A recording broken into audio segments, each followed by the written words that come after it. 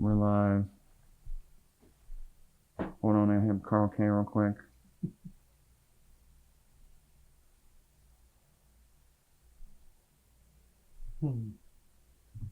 Yeah, fuck it. Make this work. So yeah, man, like, thank you so much for having me bring you in and for being willing to share your stories. Well, you're welcome, and thank you for inviting me and having me. And of course, big ups and shouts, rest in peace to Too Tough Andy for linking us.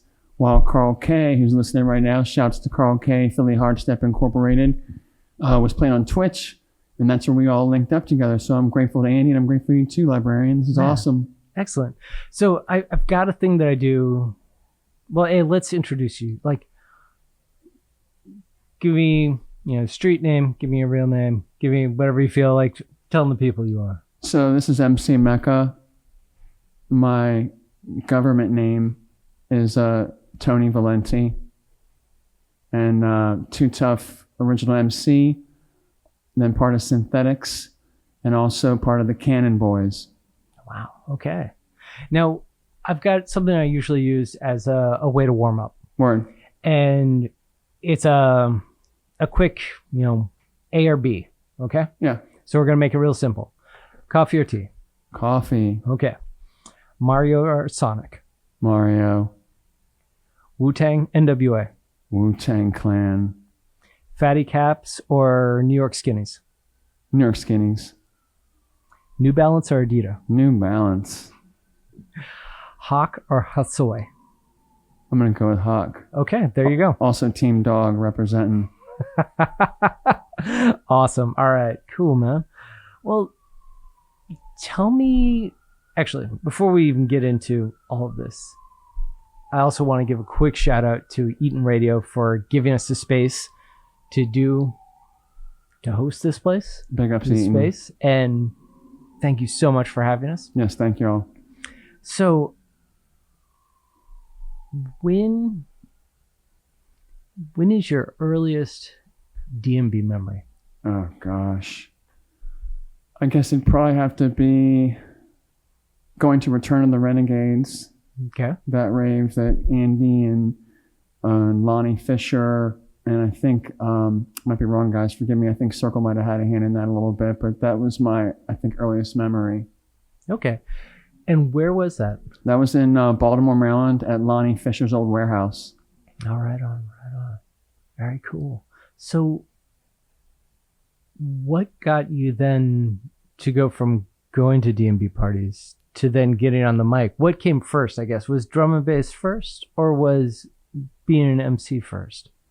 Being an MC was first. Hip hop was my, background and the culture. Mm-hmm. I've been listening to hip hop since the Real Roxanne, Dougie Fresh, that whole era. So I was into hip hop culture and hip hop MCing. And then I fell into drum and bass after that. Awesome. And I guess thinking back into that, like, what was the first hip hop tape? Well, I'm assuming tape at this point, or the first time you heard hip hop that made you go like, yeah, I want in on that? It was probably the Real Roxanne. Okay. But my first 12-inch was the Dougie Fresh Lottie Dottie. Oh, really? Yeah. Wow. Yeah. That's awesome. Yeah. Cool, man. Well, I want you to walk us through, give us your highlights of like your DnB career, because you've been a figment in the scene, and you brought this beautiful book, and it only helps to illustrate. I'm going to try to take some pictures of this after the interview. Word. Because you're everywhere.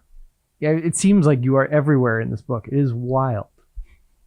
Yeah, I've been very fortunate and blessed, and it all really just, it really goes back to Andy, honestly. We had met through my wife, Sheila Storms, who was a big house DJ. Okay. And Andy worked at Tower Rockville. We worked at Tower Alexandria. And when we first met Andy, I remember he was like, he was like, they were about to do the party Dementia, and the first time they brought Ed Rush over back to back with Trace. Mm-hmm. And Andy had said, I hear you guys are, are hip hop MCs. And we were like, yeah. And he was like, he's like, we might be looking for some MCs for DJ Stress. And we were like, awesome, yes. And he was like, hold on, slow down. I haven't even heard you guys rhyme yet. Let's hold your horses. But that was, he heard us and then was like, yeah, I think we can make this work. But our first gig was working door security at Dementia and patting the kids down just for weapons. Yeah. And I promise we were respectful to the ladies, of course. But that was our first actual working gig for Andy. Was me and Ness working door security for him. But it was awesome because he set it up to where he made sure we were able to enjoy Trace and Ed Rush and had someone else cover. Wow. And I mean, one of the things that was really impressive to me was just the gamma of talent that you've played with, MC'd for, been around. Who was out of this very illustrious, lineup? Who had the biggest impact on you when, as a performer or just in general? Well, I think from an American standpoint, I mean, obviously, Stress and Slant, those being, Mm-hmm. our team, Too Tough. Outside of that, I think it'd probably have to be Diesel Boy, who, gave me a shot and Ness a shot to MC for him. And it was kind of awesome because Damien and I kind of clicked, and it was really great because he trusted me enough to respect the mix and not step all over him.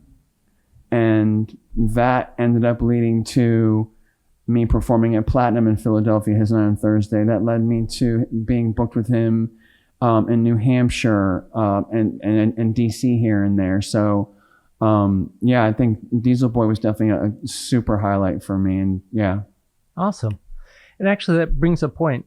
You were, if I remember correctly from Facebook, you were hailing out of Delaware, right, originally? That's where I was born in Newark. And I was born in Virginia, but we moved to Newark, Delaware. Okay. So that's where I kind of grew up, and we moved to Virginia for the 8th grade. Okay, because I was going to say, how did you get back to, this area? Yeah, so that's what that had happened. But to give you the other side of the coin from the UK side, I mean, gosh, DJ Bailey, Technical Edge Decoder, Fierce, DJs like that were able to, at least thankfully due to Slant and Andy and Stress, would give a vouch and go, yeah, you should let them get on the mic and they're going to be cool. And it was just it kind of went gangbusters from there, really. Awesome. And actually that raises a point, because MCs have a bad rap in general, especially in drum and bass, for just talking all over the mix. And you made the comment of being respectful to the mix. How are you that well versed in the tunes, or are you able to understand the system and pattern? How does that work? As someone who's not an MC and has no right being anywhere near a mic, unless I'm telling someone hey, your car's about to get towed, sort of a thing. Right. Yeah. Give me your sauce. How do you do that? So that was one of the things that just paying attention to people like Dub 2 and hearing how he would give the DJ in the mix space and the tune space to breathe. I paid very close attention to that.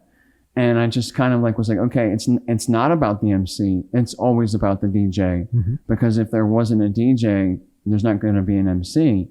So it was just being disciplined and knowing when to come in and kind of just jump in there, get some bars in, and then jump out. And especially when you hear the mix starting to come, because you don't want to talk over that and screw the DJ up. Yeah. Yeah. Cool. All right. Fair enough. I've always wondered that. That one's for me, guys.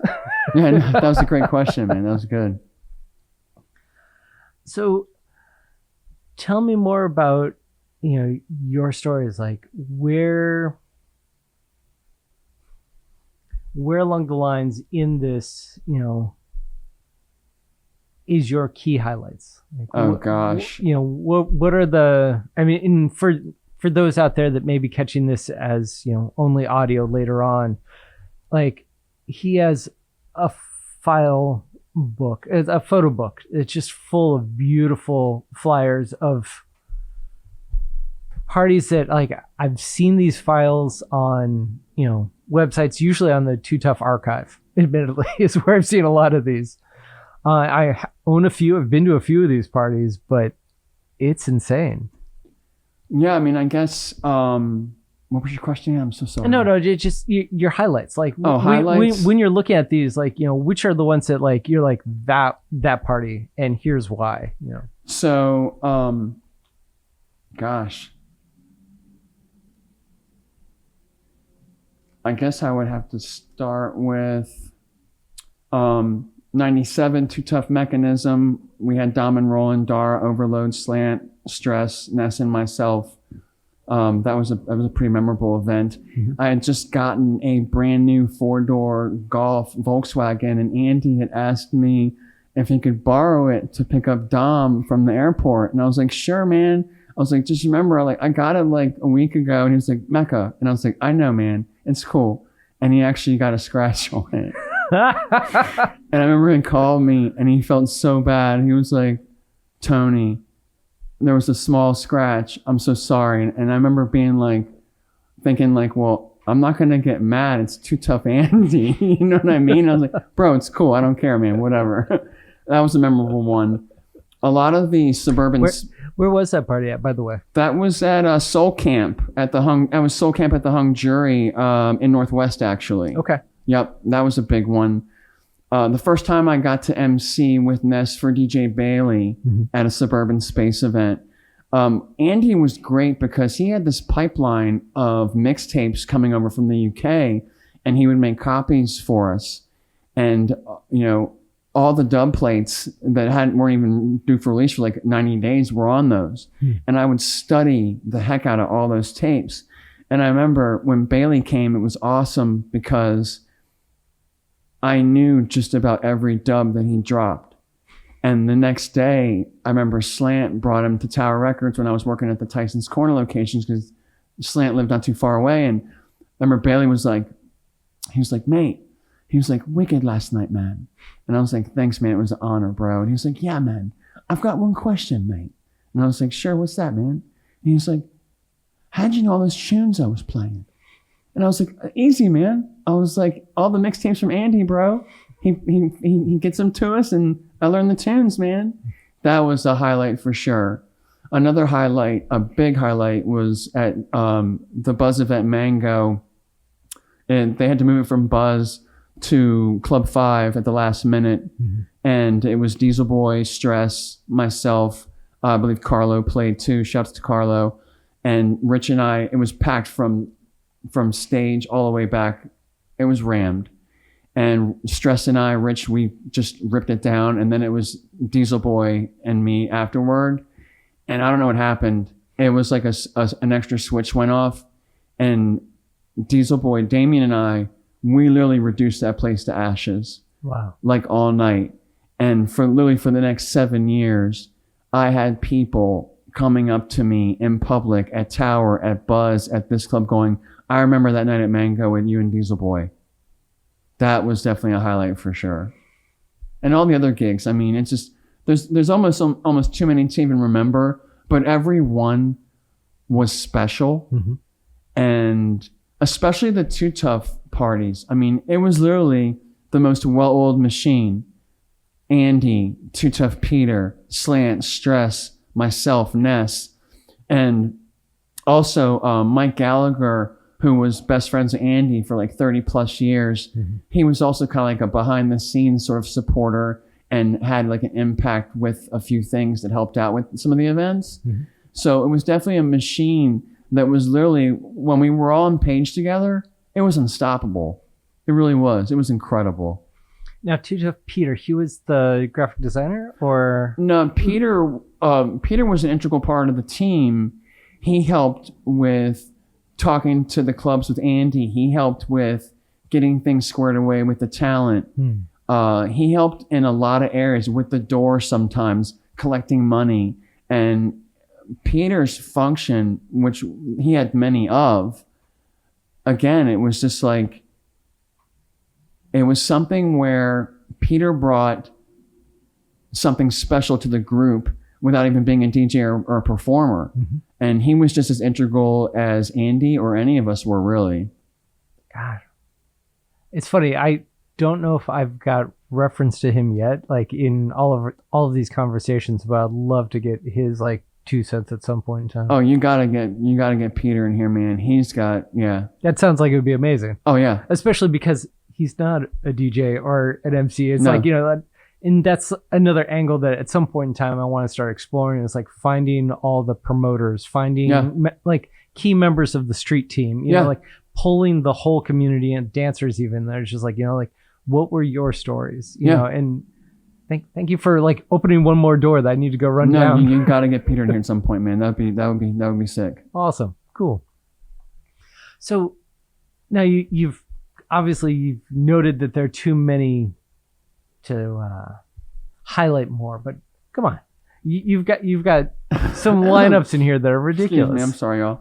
Yeah, no, so another memorable event, outside of Too Tough, Andy was going to school, forgive me, up in Massachusetts, and he had tapped into the New Hampshire scene, and he was able to get a gig for me and Diesel Boy up there, January 29, 2000. Wow, 25 years ago. Wow. Which was a really great gig for me and Damien, and that was a great gig. One real awesome memory was Buzz had an MC contest, and they advertised for it. Ness and I entered. There was probably 30 hip hop MCs that showed up for it. They whittled it down to about, I think, maybe 10 of us. And John Tab, who was a resident at Buzz, he was the one that was, spinning for the contest. And me and Ness didn't go first. Me and Ness went somewhere in the middle. But me and Ernesto knew that the hip hop MCs, they weren't going to be able to swim in the ocean because they wouldn't know when to shut up. And they literally didn't. They would just spit bars and stop.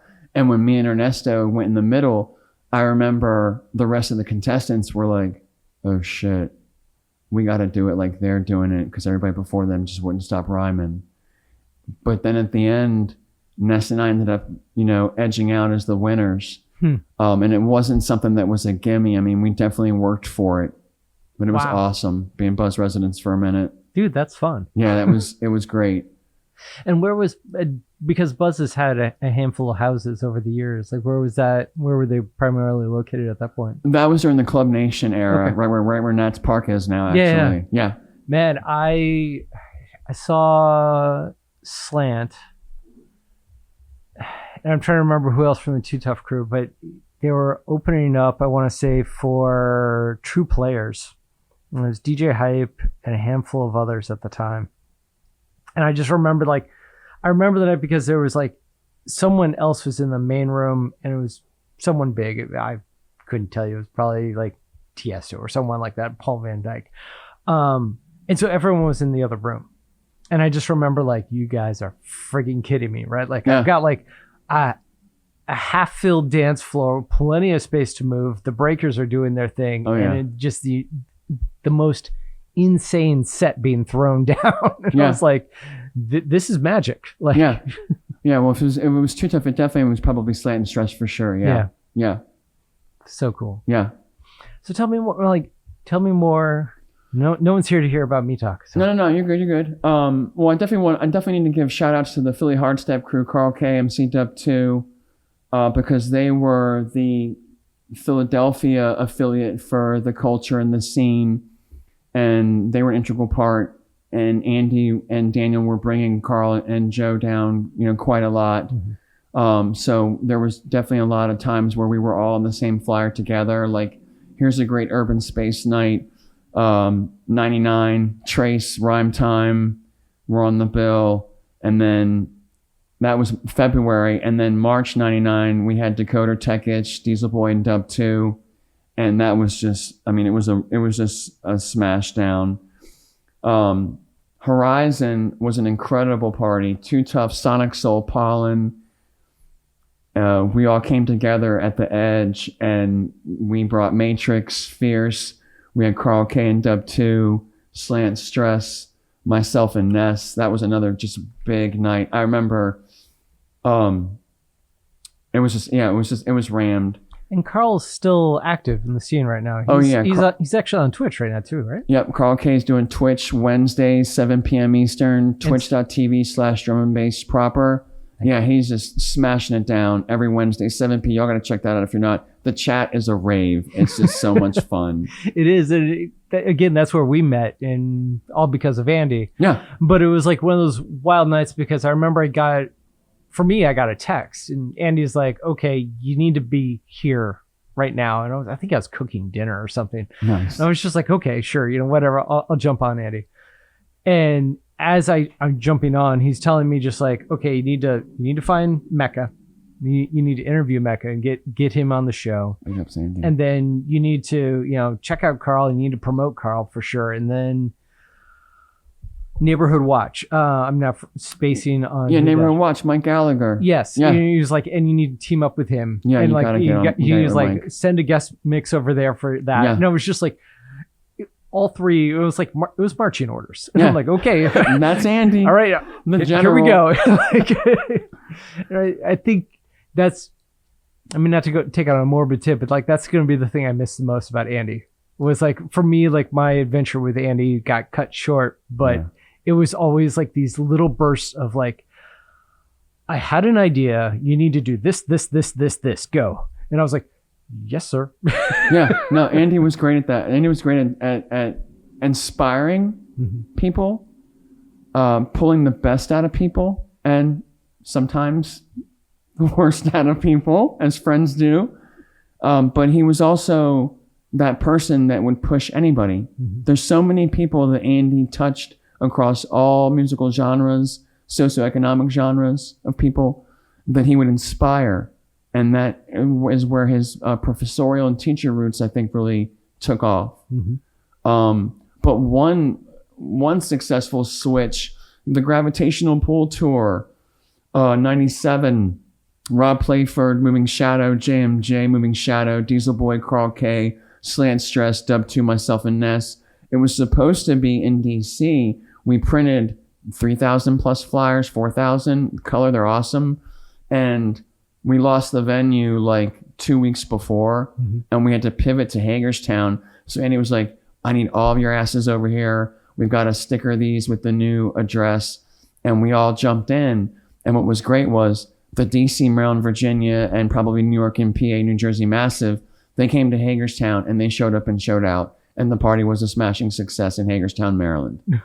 That was one. Obviously, the connection with DJ Trace was huge between Andy and him, because Trace was obviously tapping in with Carl K and the PHI teamed up too, and that was big for just everybody, because Andy was bringing Trace down a lot from Philly when he was in town. We were also the first U.S. promoters to bring DJ Fierce over, and that was just, once that happened, we knew that there was something special with Fierce just from the No U-Turn days and everything. And once we brought him over, it was just, they were like, yeah, we're going to be bringing him over a lot more. And Fierce is just, he's an amazing person, an incredible DJ. I mean, so much energy behind the decks. He's actually like my favorite drum and bass DJ. Really? Yeah. Fierce is just awesome. What about his performance or selection? It's like, you nailed it. Okay. First off, the performance. I mean, he gets into it. Like you can tell that it's in his soul. You can tell that it's like, it's burning in every fiber and cell in him. And he has this groove that he gets into where he makes everybody want to dance. His selection is, I mean, come on, man. Like the dubplate days, I mean, everything. Like he brought something special every time he came to play and would just literally rinse the place out. I mean, it was just incredible. Yeah, I mean, that's, you know, and obviously the first to bring Bailey through the area. That's what was so special about Andy and Daniel and Too Tough as a whole was they were the ones that brought so many over for the first time. Groove Rider, I mean, Slipmaster J, I mean, just any top DJ that was, you know, doing it back then. Andy and Daniel made sure that they were coming through DC.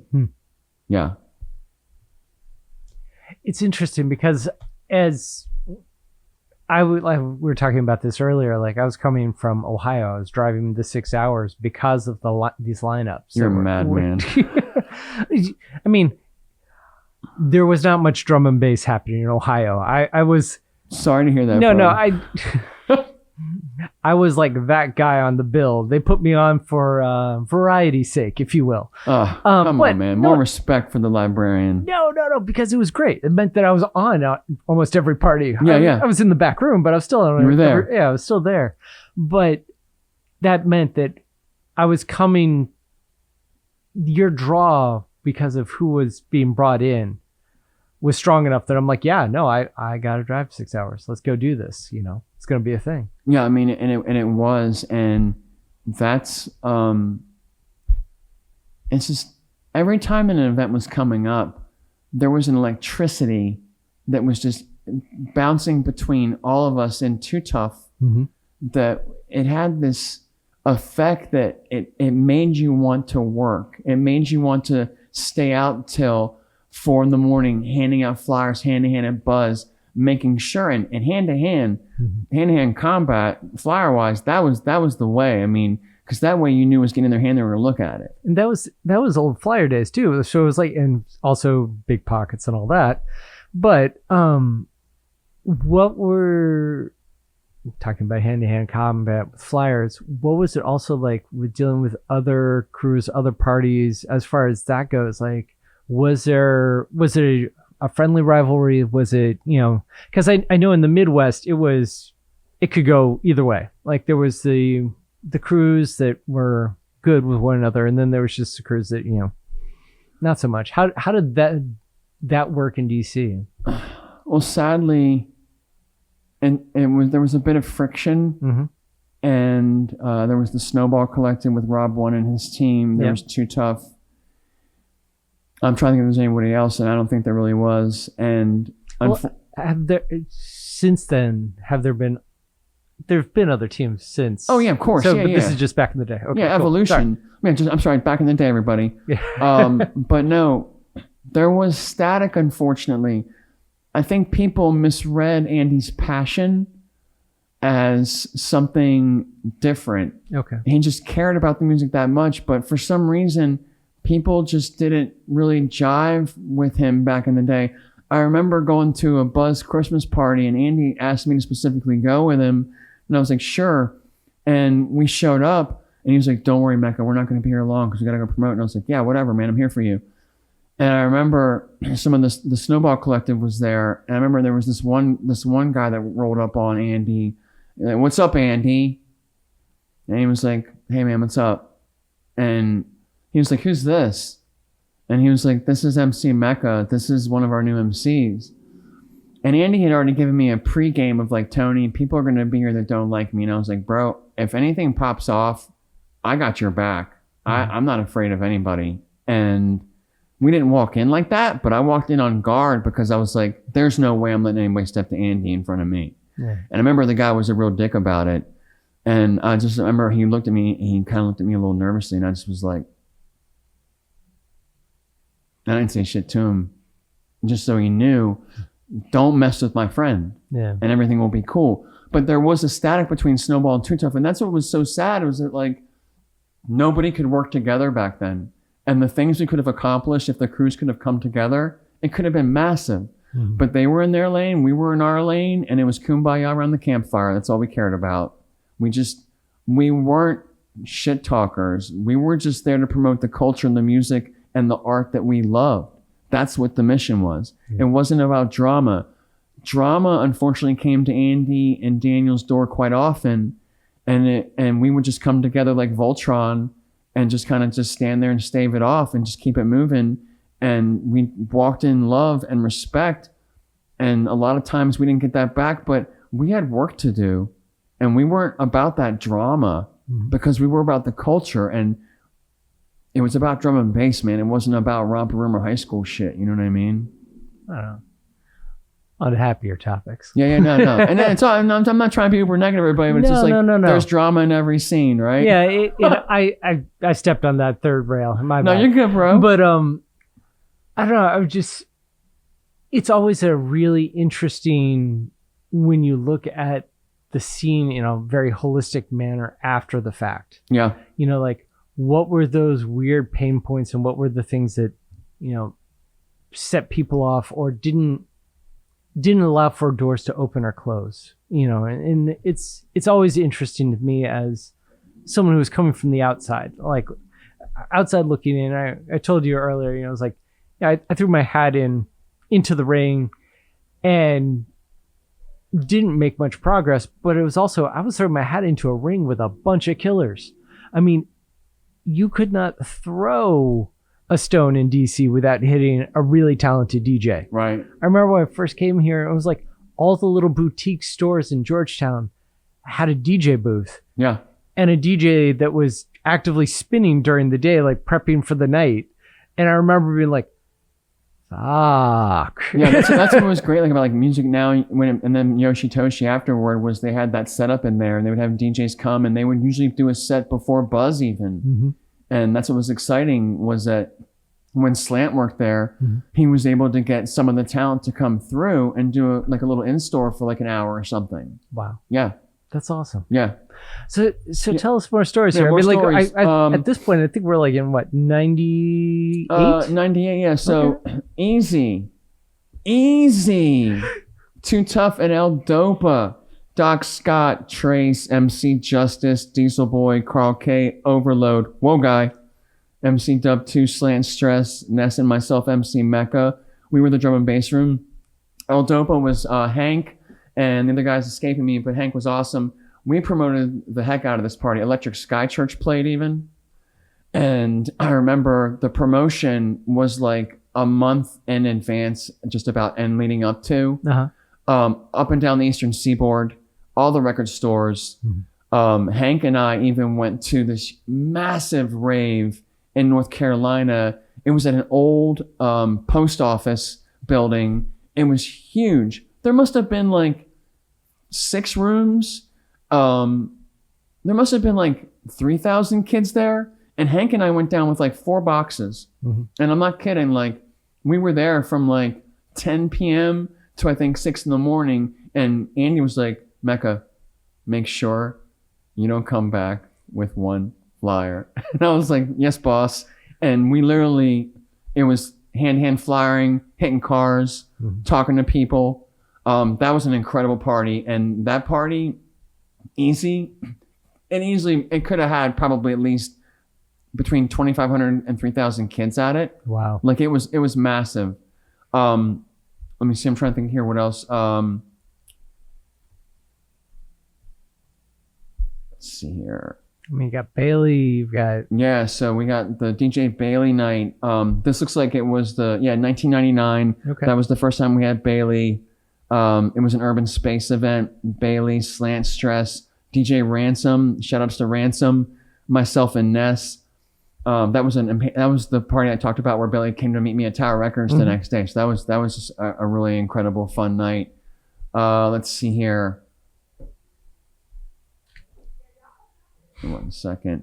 1999, the Virus Tour, July 4th. Oh my gosh. I mean, we did so much promoting for this. Ed Rush, Optical, Rhyme Time, Slant, Overload, Stress, myself, in the house room, Tom B, rest in peace, DJ Blue, John Michael and John Bowen, who was the Too Tough flyer designer for pretty much all of our flyers. Okay. The Virus Tour, 4th of July in DC. I mean, come on, man. Like, that party was at Club Danko. And I remember it was 2 rooms, obviously.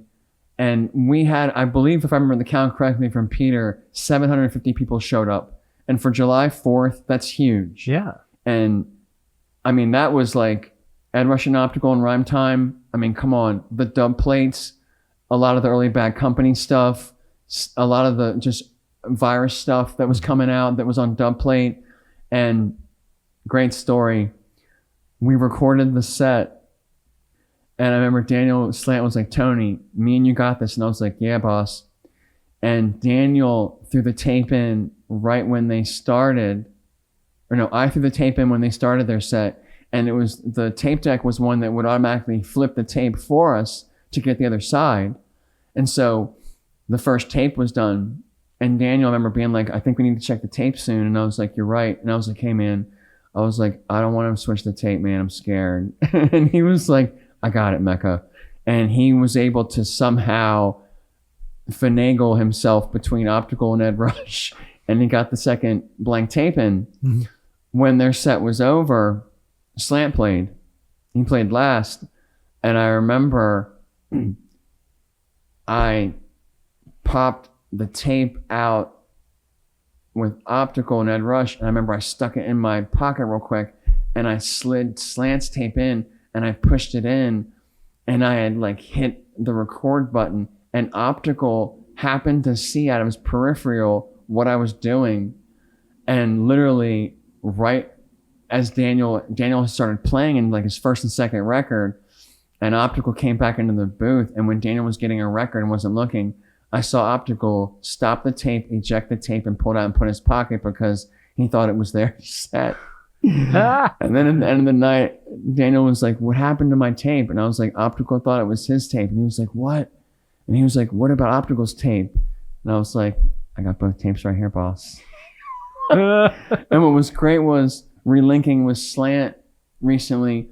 He had forgotten that story because I made copies for Peter and for Andy and for Stress. And I definitely made a copy for Daniel, but over time, you know, we lose things. Yeah. And I remember when I played with Daniel and Ken Lazy at the 3D drumsticks event, the 60th anniversary for 3D Productions, I brought up that story to him, and he was like, what do you mean the masters? And I was like, yeah, I have the masters. I've always had them. Everyone got one copy. And Andy told me, Mecha, don't burn off a bunch of copies because it'll like make the tape kind of degrade. And so the crew got copies, and that was it. And I still have the masters at home. Peter was able to get a really good copy off of the masters from me, so he uploaded those to the Mixcloud. That's what's on there now. Okay. So I've got the masters, and I plan on mailing them to Rhyme Time. I think that Sean would really love having those with a couple copies of the flyers that I still have. In fact, I got to pull one of these out for the crew. Dude, that's such a beautiful flyer. I hope you can see the whole thing. I mean, come on, y'all. I mean, John Bowen, he literally just eviscerated the art on this thing. So I want to get Rhyme Time, a couple copies of that. We ended up doing another Virus event in 2000, a year later in July. We couldn't get the 4th, but that was cool. And this event, another just incredible design by John Bowen, grabbing that surgeon on there and got obviously the mixing board. And for this event, we had the mighty Ed Rush and Matrix and Rhyme Time, Slant, Stress, and myself. And this was at Club Z. Yeah, the Z Club. Sunday, July 30th, 2000. Another sold out event. And what was great about the Z Club was the DJ booth was elevated way, way up. And so we were way up, and there was a bar that wrapped all the way around it. And so we had all the crew like massive behind us, and then way down the dance floor, just this huge dance floor, just full of people. I still have pictures from that event. Wow. And yeah, that was another just incredible event. We couldn't get Optical, but Matrix was definitely, an awesome, first stringer to also bring on. Yeah. Mm-hmm. Here's bringing up the spaces of the places that you've played, which club of past or present was your favorite to play in? Gosh, man, that's a hard question, Librarian. You're really grilling me tonight, brother. I would have to say Club Danko, I think, was one of my favorite ones that we did Urban Space at. We did Urban Space at three separate locations. Buzz obviously was just incredible at Nation. Mm-hmm. And then while the DC Armory, when we were doing Engage and Energize with Ultra World and Sonic Soul and us, the Armory, the DC Armory, I mean, come on, man. I mean, that is just like a venue from like another world. So I think I'd probably have to say those are my favorites. Okay. Second favorite would have been Club 5 with Diesel Boy.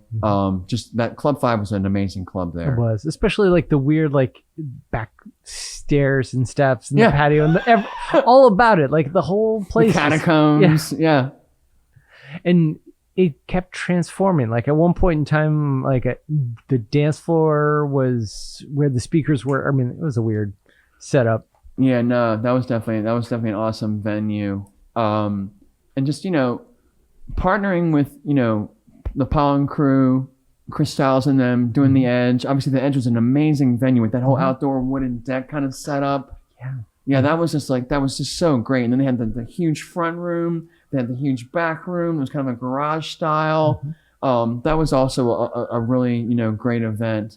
Those were just awesome clubs. They really were. But no, I'm trying to think of some other Too Tough events. And I wish I would have had more back together. Oh, you know what? This was what was awesome about Andy and Daniel. They were always, and Stress, they were always looking out for the next DJ, the up and comers. And we did an Urban Space in '98 where we had a grand reopening. And this was at Chief Ike's Mambo Room in Adams Morgan, I believe. Yeah, Adams Morgan, a great venue, Chief Ike's Mambo Room. Just kind of a one level, one room, nice and big. We had the grand reopening with Double A and Twist, the Mad Canadians. Those guys were awesome. Aaron and Oliver. I played at Platinum a couple times with those guys. They were great. They even moved to DC for a minute, and they were in DC, I think, for about like a year living down here. Okay. But we had the second annual DJ contest, and this were the semifinals. Round one, Matt Rogers went by Mr. Rogers, DJ Hale, K-Set, Sever, Rec, and then round two we had Ndinga. He's still definitely around. Sleek, Books, Cypher, and Ransom again stepping up, and that was awesome because Andy and Daniel and Peter, they must have gotten like 35 mixtapes in. Wow. And they literally had to listen to both sides, God bless them, and whittle it down to those two rounds.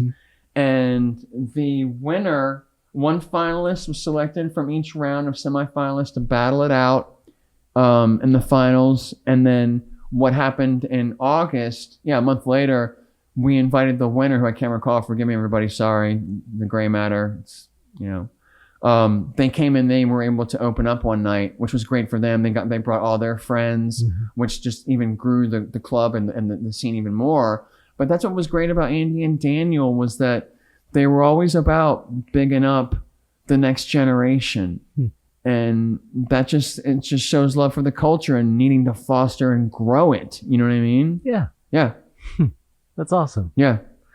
So we've talked a lot about Too Tough, but you've also, been associated with other crews. Like, So after Too Tough, which was kind of just a hiatus I didn't really ask for, but just life happens, you know what I mean? But what was great was we were able to all reconnect here before Andy's untimely and unfortunate passing.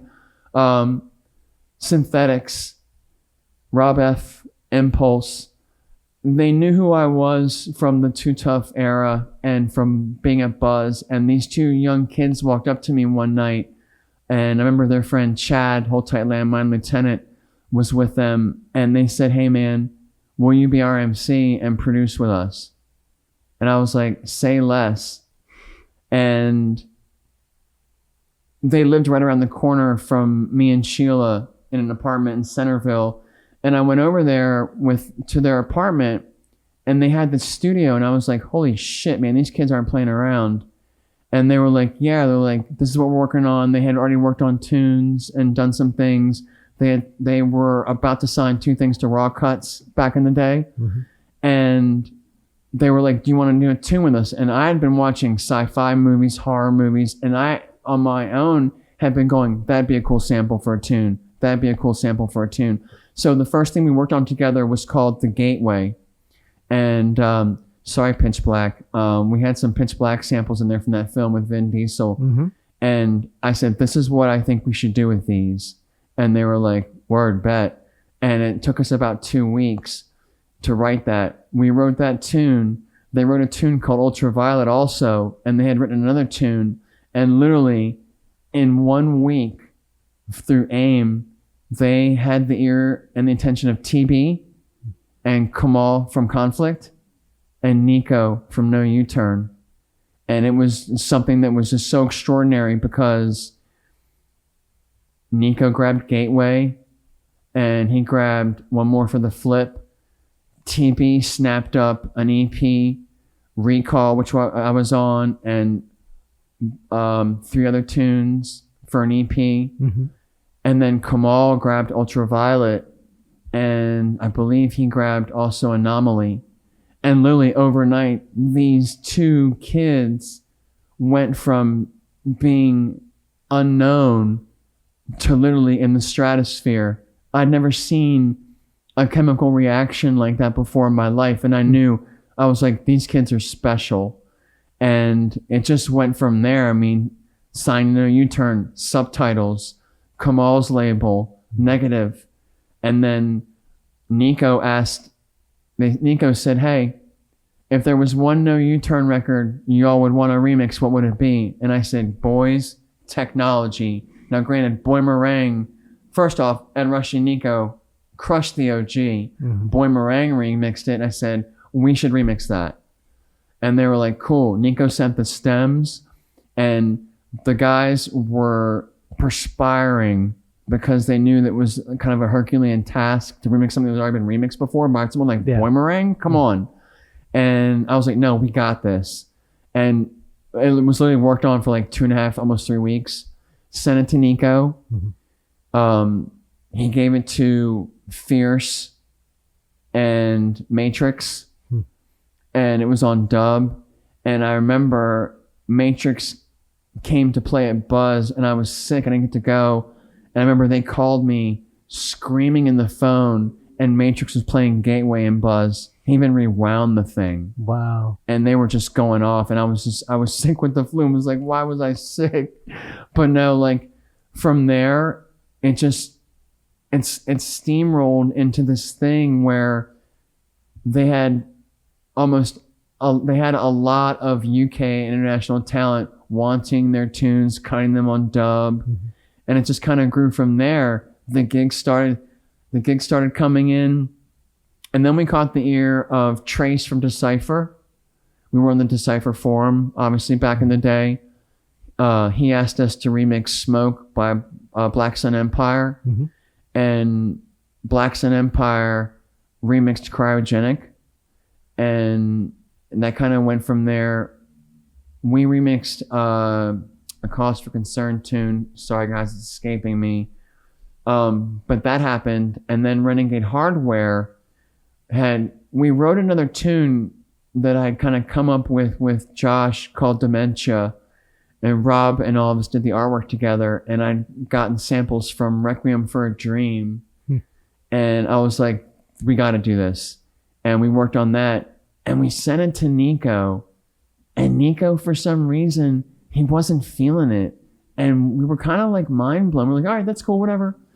And we had grabbed the ear of Clayton from Renegade Hardware. Big up Clayton, all at Hardware. And we sent him Dementia. And he was like, yeah. He was like, I want to sign that. And the Cause for Concern remix, forgive me, that's where it escaped me. We remixed Skewer by Cause for Concern. So Dementia and Skewer came out on the Harder They Come mix CD by Groove Rider. Mm-hmm. So, I mean, having Groove Rider mix two of y'all's tunes, I mean, come on, man. But yeah, that was another monumental, memory and moment for us in Synthetics.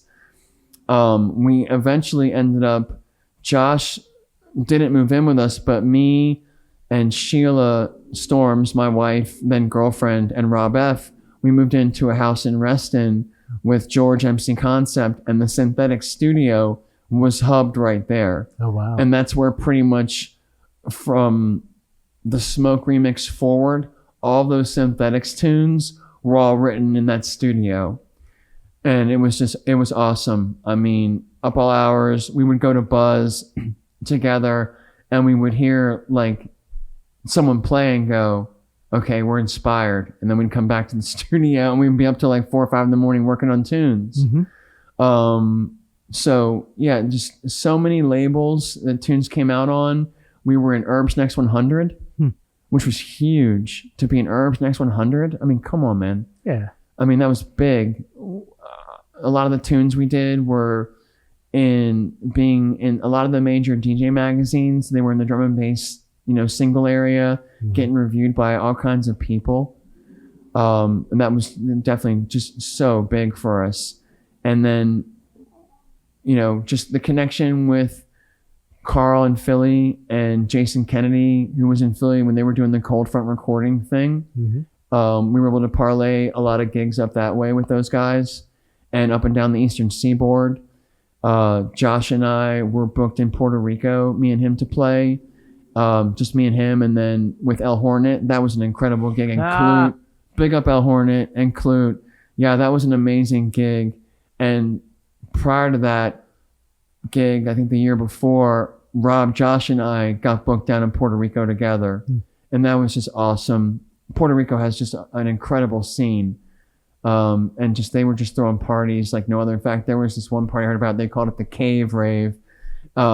We didn't play at that, but that was Ed Russian Optical and a bunch of other people playing in a cave in Puerto Rico. I mean, come on. Wild. I mean, yeah. Yeah. But a lot of gigs, LA, up and down the Eastern Seaboard, in Atlanta, Tennessee. Rob and Josh and myself were actually invited to play at the end in London. Really? And I remember I was scared shitless because a lot of the UK MCs, there's a scene of love and everybody supports each other and it's incredible. It's not like over here, which is so sad. Mm-hmm. It's a really kind of just, there's not really a love for the MCs here, and it's sad. Over in the UK, everyone loves each other, supports each other, and yeah, I mean, there was also an MC layer of people that weren't getting booked that were those rude boy MCs, and I was this white kid from the DMV. Now, granted, there were white MCs over there, but I was like, guys, I want to go, but I would hate to get shanked. You know what I mean? And I just had a fear, which I shouldn't have had and I remember Clayton was kind of bummed that it didn't come. And then I remember playing with Cause for Concern with Mark down in North Carolina with Josh. And I remember I told Mark was like, why didn't you come? And I was like, I was scared shitless, man. And he was like, man, fuck that, mate. You should have gotten up there, grabbed your bollocks and said, yeah, this is Mecha. And right then when that happened, I was like, shit, Tony, you definitely missed out on an opportunity. Mm-hmm. But I was glad that it was more Rob and Josh in London at the end, because I felt like since they started on their own, that it should have been them on their own there. Do I wish I would have been there in hindsight? Yeah. If I could go back in time, would I have been there? Yeah. But it's okay, because while that was happening, Sheila and I, she drove me all the way to Chicago through a snowstorm there and back. We had a gig in Chicago, so it was cool because Rob and Josh flew in from Heathrow to Chicago, and we met them up in Chicago, played a gig, and then went back home afterwards. So that was kind of like a cool kind of connection there. But yeah, one of the sad things about Synthetics was, there's usually static in a lot of crews, and I'm not going to point fingers, but sadly, before we had a chance to even start Synthetics recordings and all the ideas that all of us had together, it sadly dematerialized, which was tragic. Josh ended up moving on with Marcio, and they formed Corrupt Souls, which they obviously had an incredible run for a minute. And then, so yeah, that was kind of the end of the Synthetics days, but a lot of releases, a lot of parties, a lot of good times, and just a lot of fond memories. Segueing from there, I was a part of an incredible outfit in Baltimore, one of the premier crews up there for drum and bass. They were called Us Crew at first. DJ C, rest in peace, Cannon, Rock the Spot MC, Thermo. And then there was kind of a new iteration that happened. And I remember Dustin was like, hey, you know, I'd really like someone to be able to bounce off of Rick. And I think with Rick's style and your style, it'd be a good kind of a mix. And there was another approach at Buzz. But it was funny because before they approached me at Buzz at Starscape, I remember they weren't really fans of Mecha for a minute. And that's okay. I'm not sure what it was, but they weren't fans of mine. I remember being at Starscape and playing at Starscape once, and all of a sudden I was by myself, and I remember all of a sudden I looked around, and yeah, I was housed, everybody. I was floored. I was already done performing, okay? But yeah, your boy was housed. And I remember I looked around me, and there was like 5 dudes, and I was like, uh-oh, sharks in the water. And it was Dustin, and it was Rick, and it was Thermo, and it was a couple of their friends, and they were kind of circling me, and I was like, what's up, guys? And Rick and I had been MC beefing on AIM for a minute, and so I found myself surrounded by sharks, kindly, but then I remember being like, yeah, okay, guys, cool, I'm out of here. And then they warmed up to me when Synthetics kind of happened. And I remember they came up to me, Dustin and Rick came up to me at Buzz, and Dustin was like, hey, man. And he was like, you know, do you want to be, you know, part of the crew? And I was like, yeah. And he was like, well, we're going to be the Cannon Boys. They were the Cannon Boys at that point. Cannon. And they were writing their own tunes, Rick and Dustin, and they were just crushing it on the kind of techno-y kind of drum and bass vibe. A little bit of neuro sprinkled in there. But the studio was at Rick's house, and they were just cranking them out, man. And they were using Fruity Loops a lot, and they were punishing that software, man. Writing a lot of tunes. They had the ear of a lot of guys, and they were getting booked by Lonnie, a lot of Baltimore promoters, DC promoters, and the Cannon Boys was definitely a very fun time. I was just happy and grateful and honored and blessed that here I am, a third iteration of Mecha, which I didn't deserve. I mean, I barely deserved what Andy and Slant had bestowed upon me. And here I was, a third iteration, one more spin of the wheel, man. And we had a great time. We played at Ultra World a bunch at Starscape. And it was just something that was just like, I mean, fond memories of the Cannon Boys.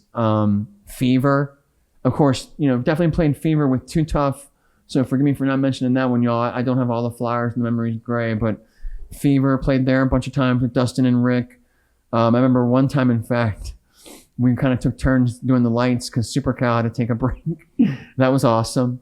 But yeah, just, a lot of great memories with those guys. And then, there's always going to be a little bit of friction between friends, I mean, come on, growing up, friends fight, friends, fall in love again, become friends again. And it was just one of those things where things just kind of disintegrated for me. But at that point, I'd sort of been like, okay, I've had an incredible run with Too Tough, which was obviously the genesis. And then it leveled up with Synthetics. And that's what was so great about Andy, was that he always had an eye on me from afar and always had his ear on what was going on. And he still respected me from afar while I was doing that. And even mentioned it on Facebook in the Too Tough group. In fact, El Hornet and I had linked up when Pendulum came through DC in September, and El Hornet does these incredible 90-second videos. Mm-hmm. And we literally, me and him had 90 seconds. And that video kind of went a little bit viral. Andy had seen it, and Andy went as far as to talk about it and post it on the Too Tough group page. Mm-hmm. I'm trying to get emotional. And I'm sorry. It's okay, man. Take your time.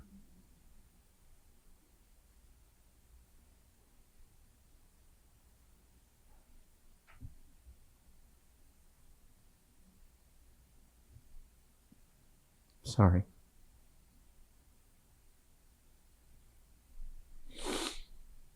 Come on, Mecha. Andy bigged the fuck up out of it. And also bigged up Josh. And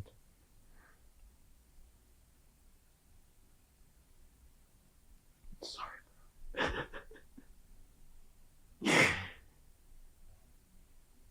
And for Andy to do that for me.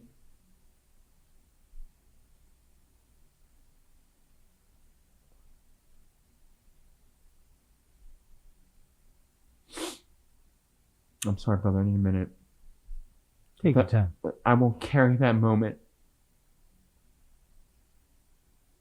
I know when I die,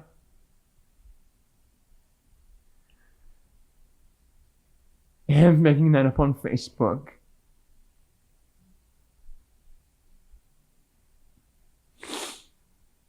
it's gonna flash. You know what I mean? It's gonna flash before my eyes for sure. And I wasn't even back on Facebook when that happened. My wife Sheila told me about it, and I immediately created an account and got back on and asked to join the Too Tough page, and Andy let me back in. And I saw that, and I saw all these people, all the DC massive from other parts of the country and world, just bigging it up. And it was like pouring gas on a flame for me, man. And I was just like, I got to get back in. You know what I mean? I need back into this culture. I missed it. I missed Andy. I missed Slant. I missed everybody. And that was just so huge for me, because fast forward to October, I went up to see Carl K up in Philly. And I we sneak surprised Diesel Boy and Slant when they played at Warehouse on Watts, sick venue, by the way. And I wore this orange face covering. And Carl was the only one that knew I was in town. We didn't tell anybody. And Daniel was playing, and Damien walked in, and Carl was in the bar. Carl walked back over to where I was standing, and I literally looked like Storm Shadow. And Carl started to walk a little closer to me. So good. And Damien, Diesel Boy, starts to gravitate a little close to me too. And Carl smiled and looked at me. And Damien looked at me, and I went, and I took my glasses off, and I pulled the covering over, and he went, "Holy shit, Tony!" And I was like, "Come here, Diesel Boy." And it was a great reunion with him. He was floored, and I remember we talked for a minute or two. And it was so exciting to reconnect with him. He told me that he's thinking about doing an event and getting the old heads together. And I was like, man, please let me know. Send the flare. I'm there. But he was like, does Slant know you're here? And I was like, no. Do you want to surprise him? And he was like, fuck yeah. And I put the face covering back on, and we walked up to the booth, and Daniel was finishing up, and he leaned over, hey, this guy wants to say hi to you real quick. And Daniel leaned over, and again, it was like, okay, who is this? And I pulled the glasses off and unveiled from the back to the front. And Daniel was like, Tony? And I was like, what's up, Slant? And it was another gotcha moment. And that was so great, because later on that night, I get a text from Dom at 3D Productions. And he was like, hey, man, if I was going to do an event again, would you want to MC at it? And I was like, you kidding me? Yes, let's do this. Who am I MCing for? And then Dom didn't reply. And like a week went by. I remember being like, hey man, I'm not trying to bother you. Who am I MCing for? I'm so excited, man. Like, what's going on? Nothing. Ignored me. And I'm like, okay, Dom, what happened, bro? And then all of a sudden, Ken Lazy, part of Too Tough Now, he sends me this flyer. And I'm sitting at home working. And I'm on the flyer with Slant and Ken Lazy and Mecha. And it's Slant back-to-back Ken Lazy and MC Mecha. And I literally, tears exploded, bro.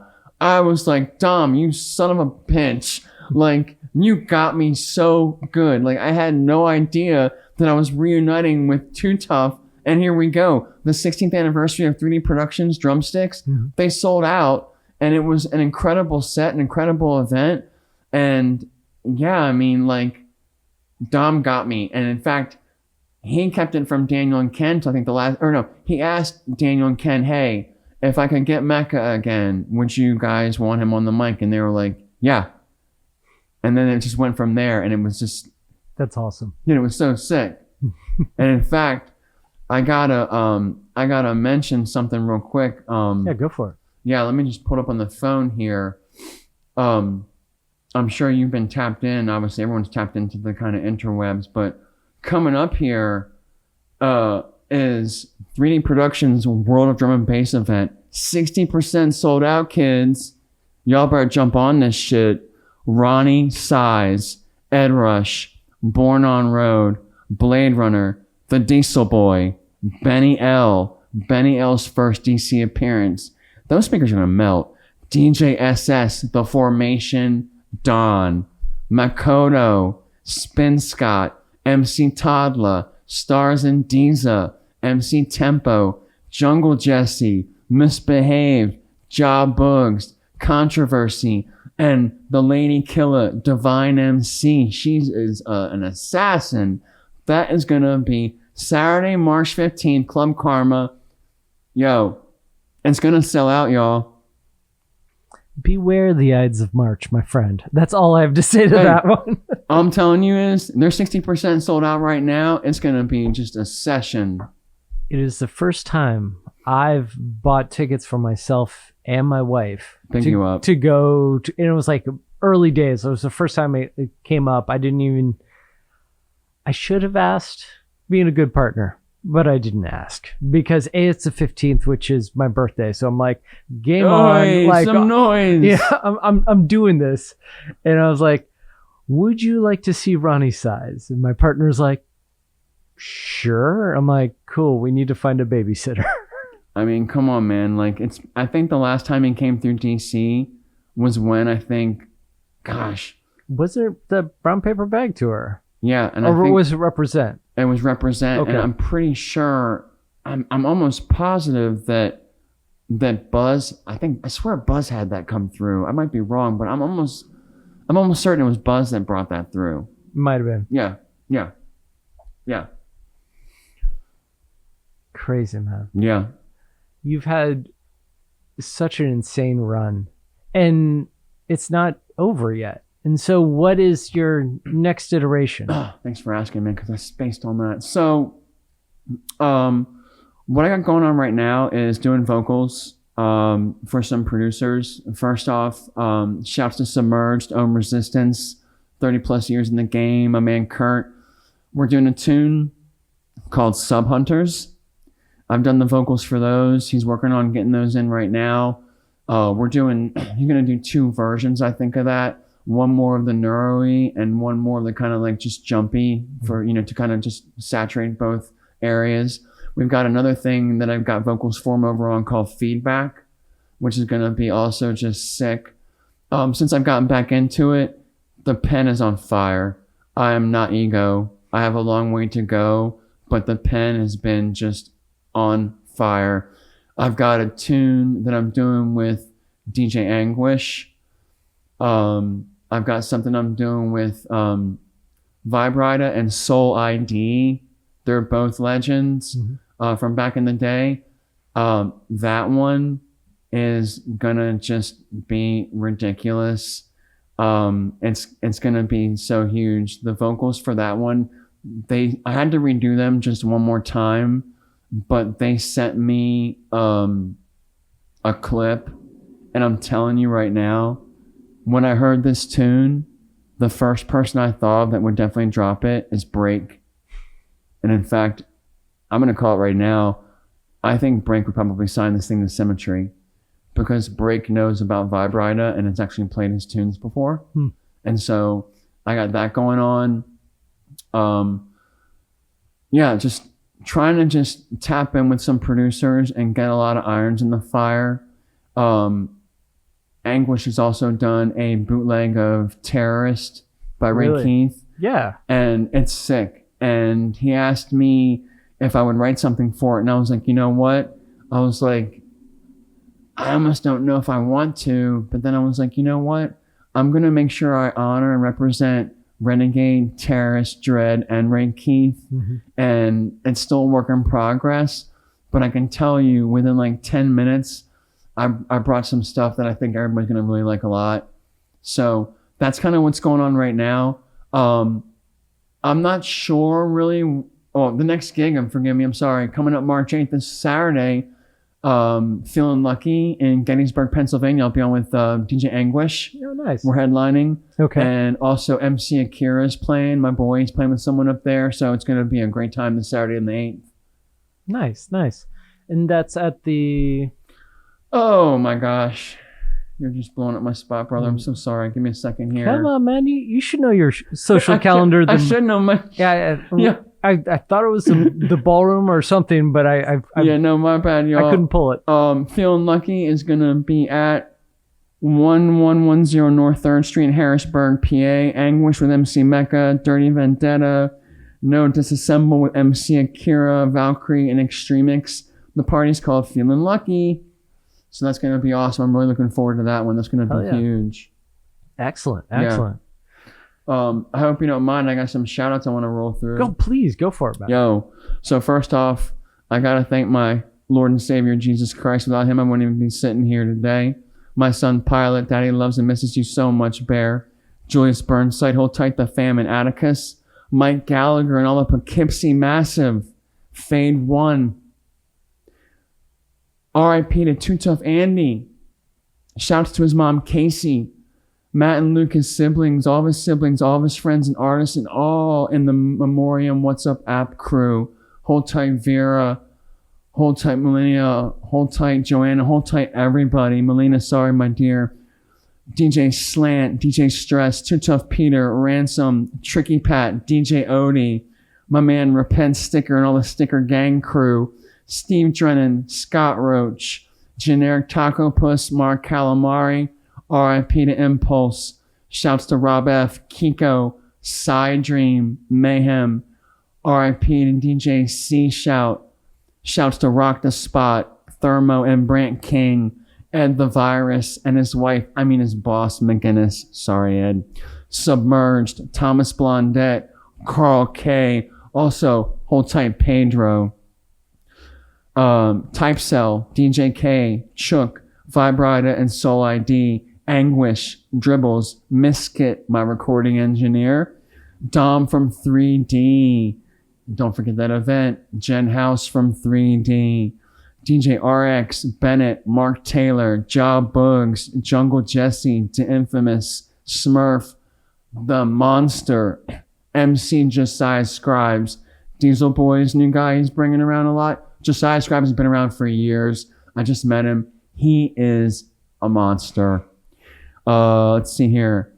Hold tight the ladies. Divine MC, MC Misty, my man MC Akira, Diesel Boy, TB, El Hornet and them Pendulum Boys, Jace from Dispatching Heads, the DJ Fierce, Mortlock from Vicious Circle, and the Goats. We gotta talk about the Goats, man. The General, Rhyme Time, Low Key, Focus, and GQ.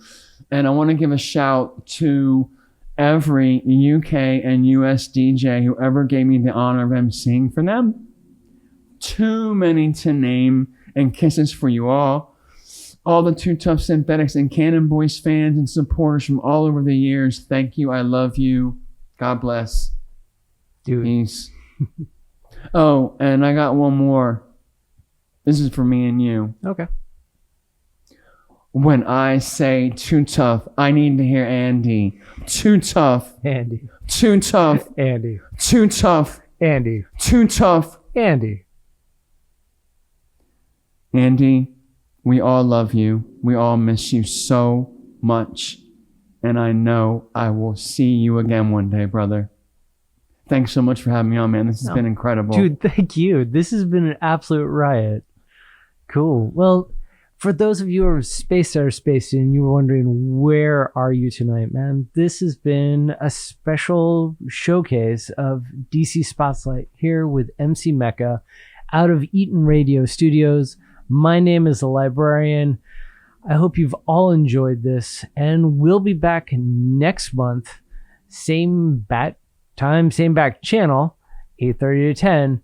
And we're going to find someone else's spotlight. So if you have recommendations, let me know, and I'll try to drag them into the studio. So let's make this a thing, shall we? Yeah, for sure. Thanks again, bro. It's been amazing. Oh, no. Cheers, man. Respect. Cheers. Love you, bro. Big ups. Peace. Peace, everybody.